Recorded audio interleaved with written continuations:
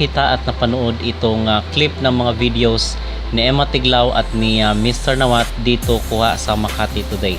Pangalawang araw na po nila ng kailang pamamalagi dito sa Pilipinas matapos nga ang makasaysayang pagkapanalo ng ating kababayan doon sa Thailand para sa MGI 2025. So kakaiba ito mga kapolitika doon kay Fatima Bush na kung saan is napag-usapan natin sa ating mga naunang video na walang pumapansin sa kanya habang naglalakad siya, parang walang pakialam at normal lang na naglalakad ang mga tao. Kung ikukumpara naman natin dito kay Emma Tiglao na kahit saan siya pumupunta ay talagang masasabi natin na pinagkakaguluhan siya ng publiko. So ganun dapat ang queen, ganun dapat kung ang pagkapanalo mo ay malinis at nakikita ng publiko na ikaw ang deserving sa corona. So doon kay Fatima ay dinaan-daanan lang siya ng mga tao at tila ba parang hindi siya kilala. Kulang na lang siguro sabihin niya na siya ang nanalo sa Miss Universe 2025. At tama, at agree nga ako doon sa comment ng ating netizen sa ating video na ang corona daw ay kayang bilhin pero yung respeto ng publiko ng mga tao, yun ang hindi kayang bayaran. So ganun lang po yun mga kapolitika, kung kaya naikukumpara natin yung pagtanggap, yung init, yung warmth ng pagtanggap, acceptance sa mga tao dito kay Emma o ikumpara doon kay Fatima Bush. So kung ako sa kanya, para maisalba niya yung dignidad ng Miss Universe, I believe ang pinakamaganda niyang gawin is mag-resign. But going back dito kay Nawat at kay Emma Tiglao ay may napansin ang ating mga netizen sa comment section kasi nag-live itong Miss Grand International sa kailang page at napansin ng mga netizen, may mga nagko-comment doon na bakit ganun daw ang float ni Emma Tiglao at itong si Mr. Nawat. Yung kila Nawat ay wala pang hawakan, then natumba pa nga itong si Emma and then hinawakan lang siya ni Nawat. And then medyo nainitan rin siya mga kapolitika, although cloudy day today ay mainit pa rin at medyo maalinsangan. So sana is ginamit nila katulad nung kay Vilma Santos doon sa kanilang pangangampanya nung nakarang eleksyon na merong aircon. So sana is binigyan natin ng isang magarbo na pagtanggap or accommodation itong si Mr. Nawat. The fact na ibinigay sa atin or nagkaroon tayo ng back-to-back dito sa Miss Grand International, I believe na dapat ang government rin natin is magsuporta rin dito sa pagkapanalo ng ating kababayan, hindi lang sa pagkapanalo ng ating representative dito sa Miss Grand International, but of course doon sa CEO na si Mr. Nawat kasi binigyan niya tayo ng magandang show and in return ay dapat rin na bigyan rin natin siya ng isang magandang accommodation at mainit na pagtanggap. So kitang-kita dito mga kapolitika na yung pagtanggap ng mga tao ay talagang pinagkaguluhan. Hindi lang si Emma Tiglao kundi pati na rin si Champi, yung assistant ni Nawat, at of course itong si Mr. Nawat dahil narinig nyo naman doon sa video na cooking show daw yung Miss Universe. Talagang ipinamukha ng ating mga kababayan ang pagkadisgusto nila dito sa nangyari sa Miss Universe at pinarinig pa talaga nila dito kay Mr. Nawat. So isang indikasyon na we are losing the Miss Universe in our sight already para dito na mapunta ang atensyon ng mga Pilipino sa Miss Grand International dahil amin natin sa hindi ay talagang napamahal na rin ang Miss Grand sa Pilipinas at baka isang araw ay maging isa na sa mga major pageant itong Miss Grand International with the support of course, with the help of Filipinos kasi pag sinabi nating Pilipino ay hindi lang naman yan Pilipinas. There are millions of Filipinos worldwide. Meron na napakaraming mga Pinoy na nasa abroad at tiyak na kayang-kaya na pasikatin ng mga Pilipino ang papageant ni Nawat kung mapanatili nito ang integridad at yung tinatawag na kredibilidad. Kasi importante yun sa isang pageant para magkaroon ng trust or tiwala ang publiko. At sana mga kapolitika, we are hoping na one day ang mga Filipino sponsor doon sa Miss Universe ay mag-transfer na, mag-switch na dito sa Miss Grand International.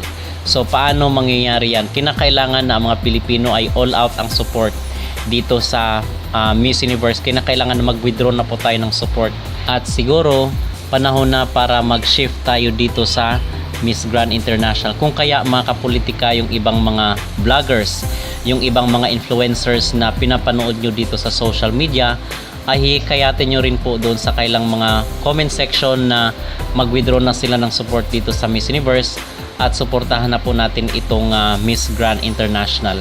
So mag-switch na po tayo dito kasi wala tayong mapapala doon sa Miss Universe hanggat itong si Raul at si Jack Rautatip pa rin ang naghawak nitong pageant na ito.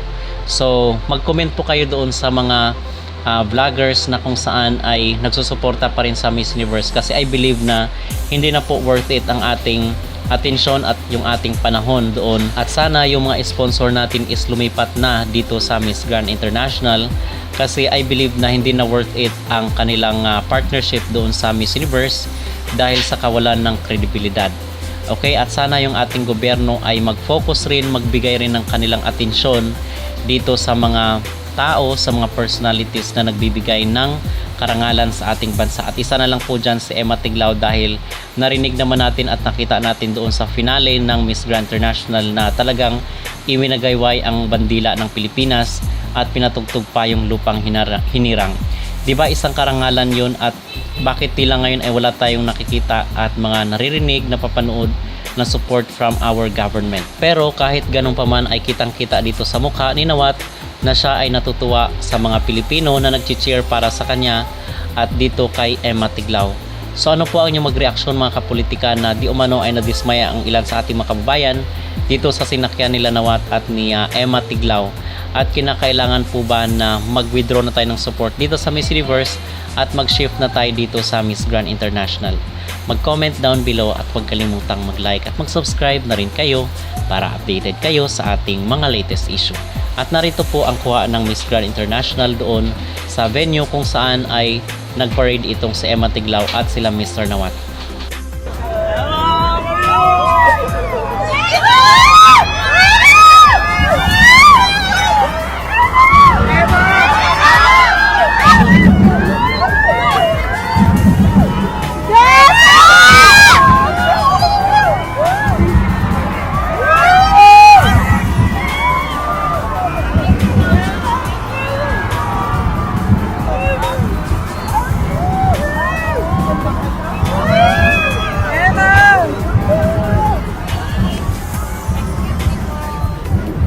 Emma, she's camera ready, everyone. Wow, she's so gorgeous. Sorry, excuse me. Excuse me.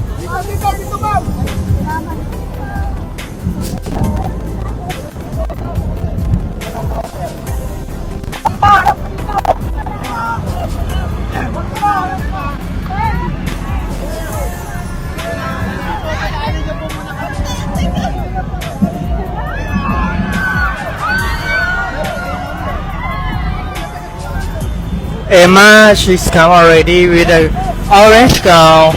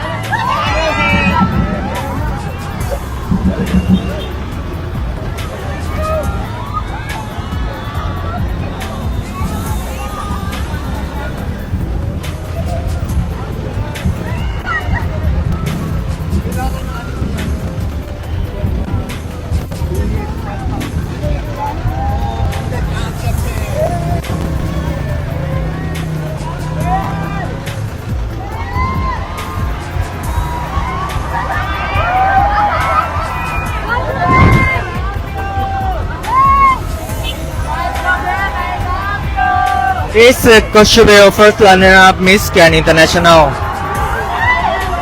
And also Emma, she's on the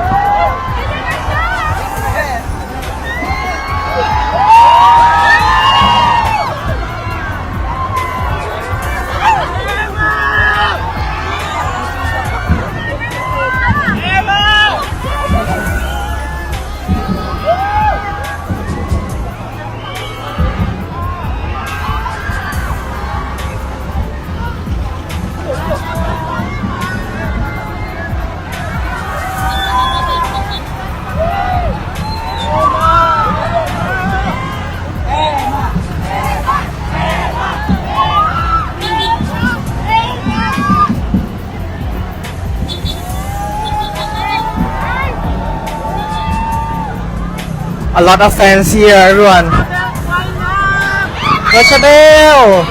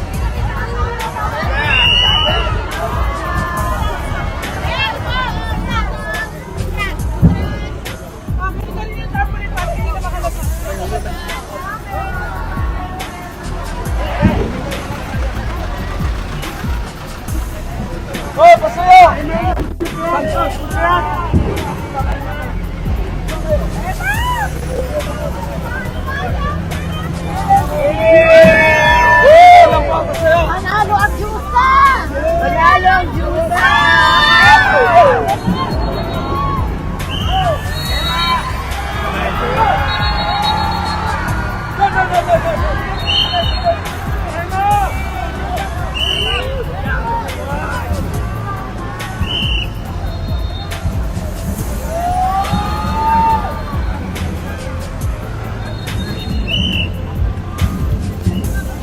Love!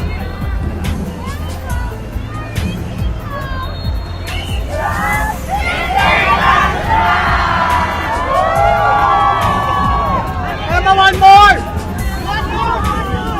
One more, Emma! Emma's crying!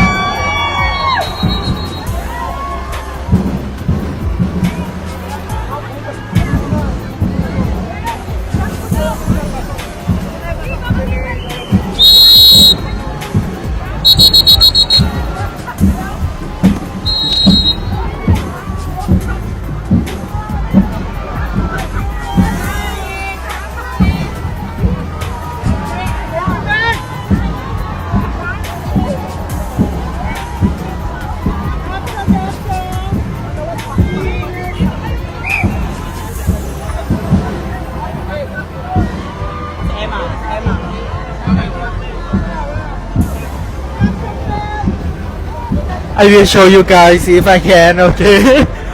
It's have many fans here to support Queen Emma.